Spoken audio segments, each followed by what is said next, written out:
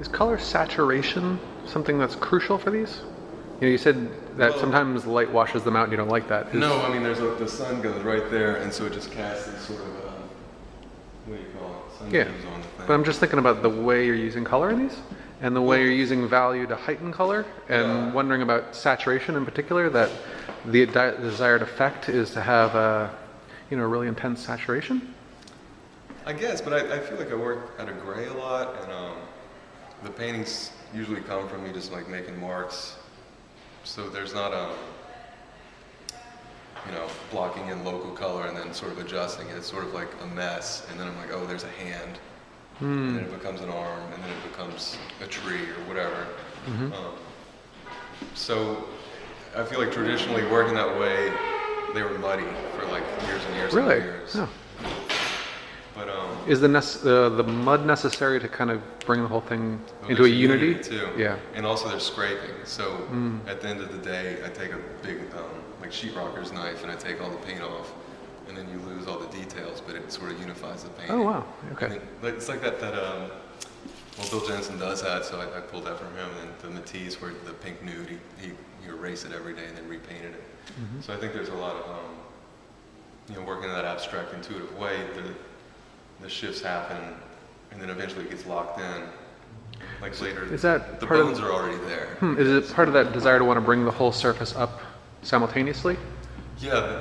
I think ideally the whole painting is painted in like 30 minutes. But it took like a month for the table to get set. Right. You know? I mean, the big ones are a little different. There's a difference when you have to start like moving the palette or like climbing on a ladder. Then that's like a different.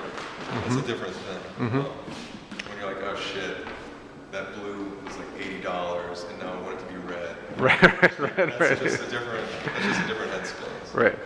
But, yeah. Because there's practical things. Yeah. Like keeping the brush clean and like, you know, I don't want to have a stupid big painting. I'd rather have a stupid little painting. But you know, you make more and more, and then you can be like, all right, well, I can do a big truck, big medium painting. I can see if that shoe painting would work in a big size or whatever.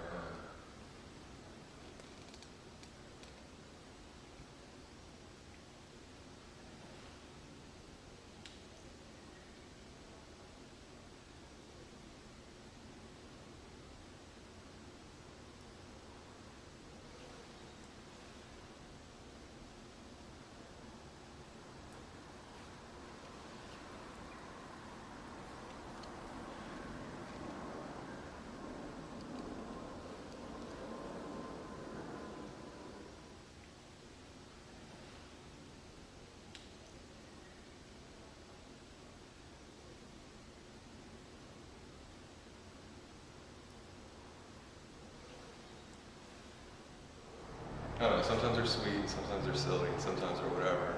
And then you make a bunch of them, and then we pick the 10 best and put them in the show, and then you can sort of like, oh, well, that makes sense because there's that and that's that, and yeah. we can come up with some reason to explain it, I suppose, or something. Yeah.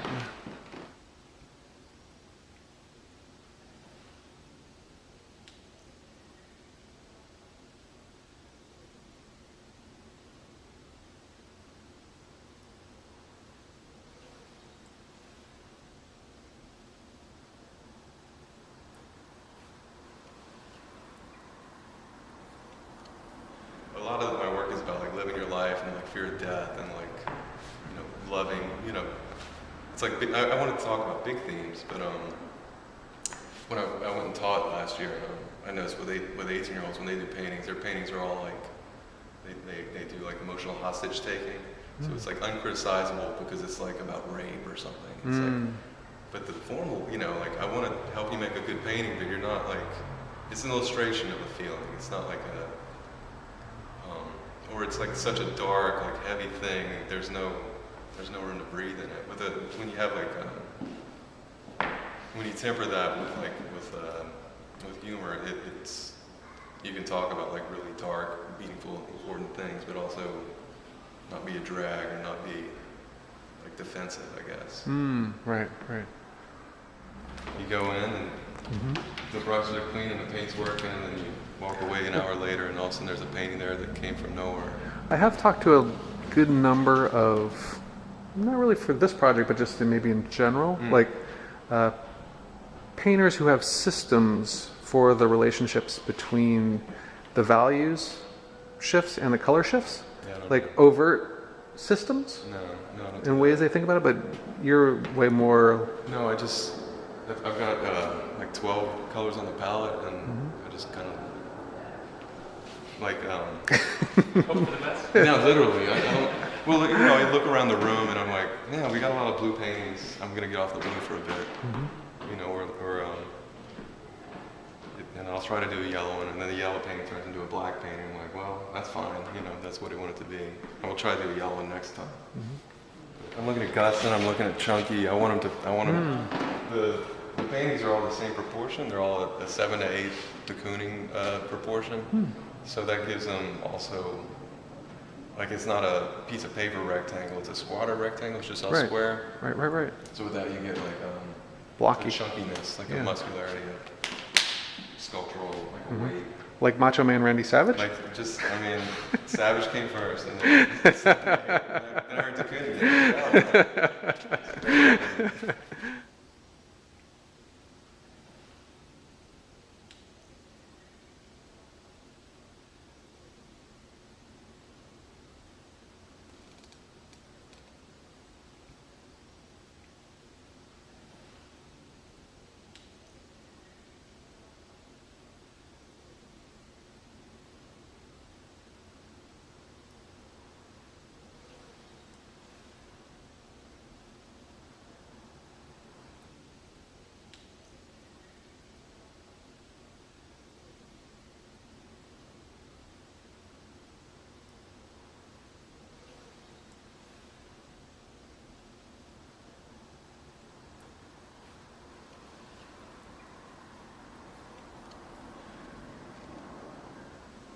Looking at this moment.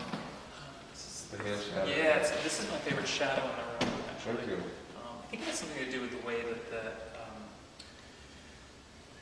the wrestling tarp here is kind of encroaching upon the shadow. You know, and it's quite different than what's happening actually up here with the real figures. You know, like The real figures.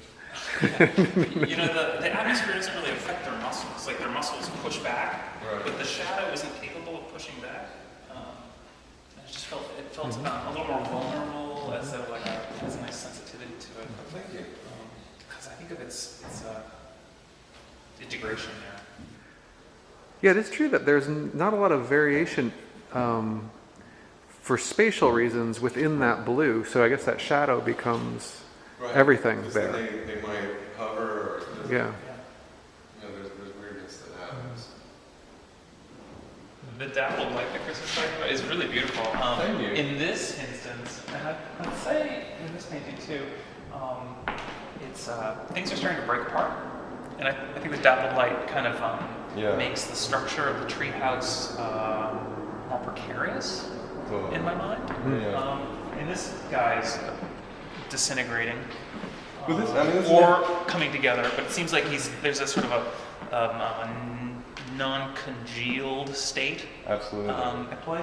Other paintings in the show, I'd say the Wrestlers, the Bathing Beauty, I mean, the more locked in.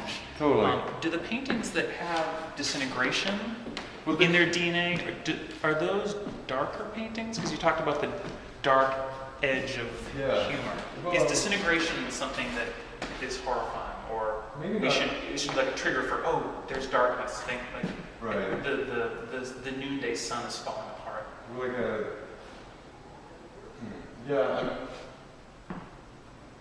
Am I just reading into it the wrong way? no, that's the wrong way. I think. But you're not right. But also, I noticed that when I paint like a male figure, it will get distorted in a weirder way. Like if I shred the woman, it sort of comes off. It just doesn't feel right or something. Like there's a level of abstraction that happens with the figures, but I feel like the men usually are like, based on me. So I don't mind like if it's ugly, I guess. But I don't want them to feel like misogynistic if the woman gets kind of. I don't know if that's real or not, or if it's just me. Because it goes into that de Kooning place? You know what I mean? Like, Sure. I think the de Kooning women are beautiful, but I mean, when they came out, people thought that that was like horrific or something.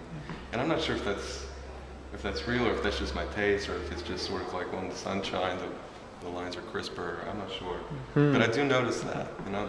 And in the black thing, you can sort of carve things out of the darkness, and I know that you know you lose forms in the dark. So I know that's true, but I hadn't like put a reason to it or. Like, I feel like there's these things that you just sort of know even though you don't know why.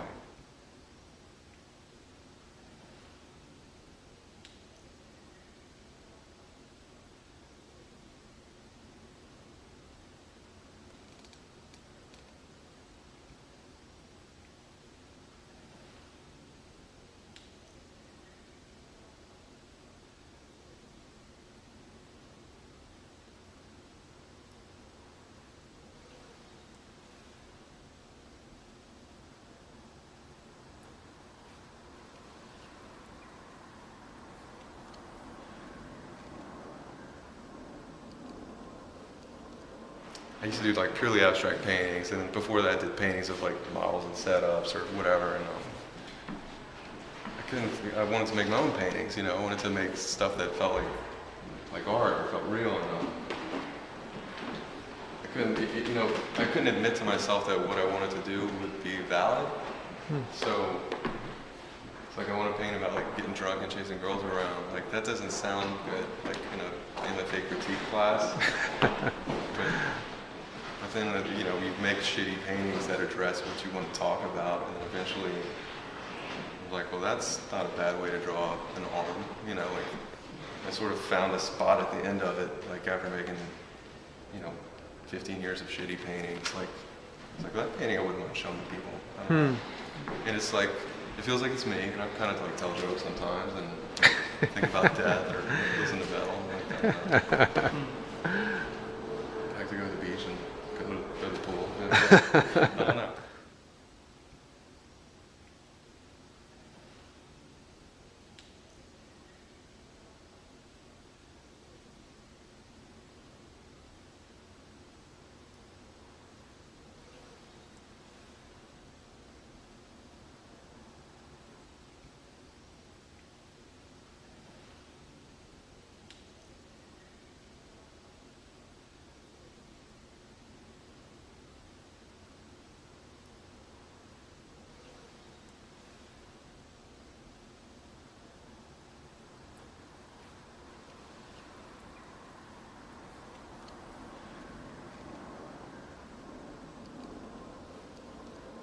Putting things in there that sort of make you have to look at like a well-seen kind of figure or something. Have you asked your friends to model for you in some of these paintings? It's not years. I mean, So this is like muscle memory we were talking about. Like the way the foot turns is something you used to do when you looked at. well, there was two other women. There was two other girls here, and they had towels that were like one had a cheetah towel, one had a zebra towel, and I was just like, that's too much shit. And there was like people swimming laps, and like that's too much. And then so I took them out, and then her leg was a different way, and so I moved it. She, you know, it just sort of something needed to be there, and it had to be the foot. And that's sort of what I thought the foot would look like. It was like that. You know what I mean? Like, So, like her hand was out, like it's sort of. so why not ask a friend to model for you or hire a model? What would that? I don't know if that would get anything or not. Like, I guess my question is more like, why aren't you doing that?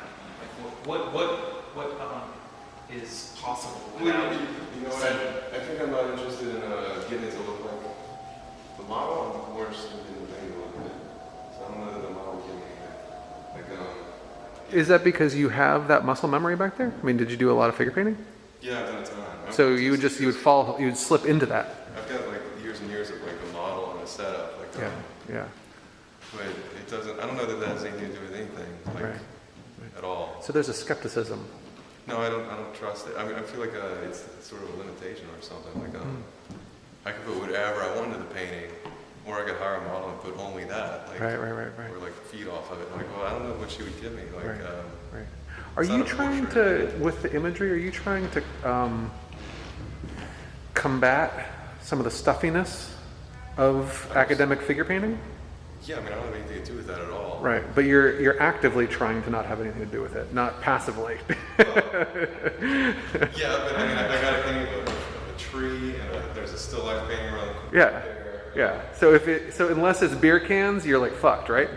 Well, I mean, that's a tree. That's just a tree. Like, there's nothing like trees. So a couple of weeks ago, we talked to this jazz musician who used this phrase, play it wrong, play it strong. Yeah. That's a good one. Yeah. And I wonder if that applies here. Yeah. Because there's something wrong about that foot. Really? But there's also something very right about that foot. There's fucking Picasso paintings are 100 years old. You know, like, why in the world would you want to paint academically? That's insane. You could go watch Mad Max. Like, that's what they made. I'm just trying to make a painting that, like, that sucks. Like, it's gotta break through a little bit. We got like 50,000 hours in New York. You know, like, or I could paint like a flower. Like, I mean, I did paint a flower, but like, I feel like maybe I don't know. I want you to want to look at it. I don't want to just be in my like hole, like hanging on statues or whatever the fuck. Like, I don't know what that means. I mean, it's about life. It's about communicating. You know, it's supposed to be fun and exciting, not pleasing Gainsborough or somebody. I mean, I kind of imagine whipping a baseball with this painting. yeah, that would right. And taking home at the fair, the stuffed animal. Yeah. Taking up the big blow up penis.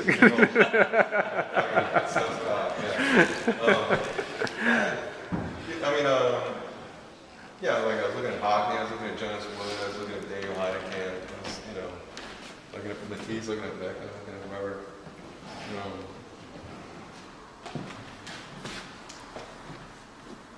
Yeah, this was like an abstract painting, and I don't know, somehow the beers came out, and it was just like, I don't know exactly what to do with this one.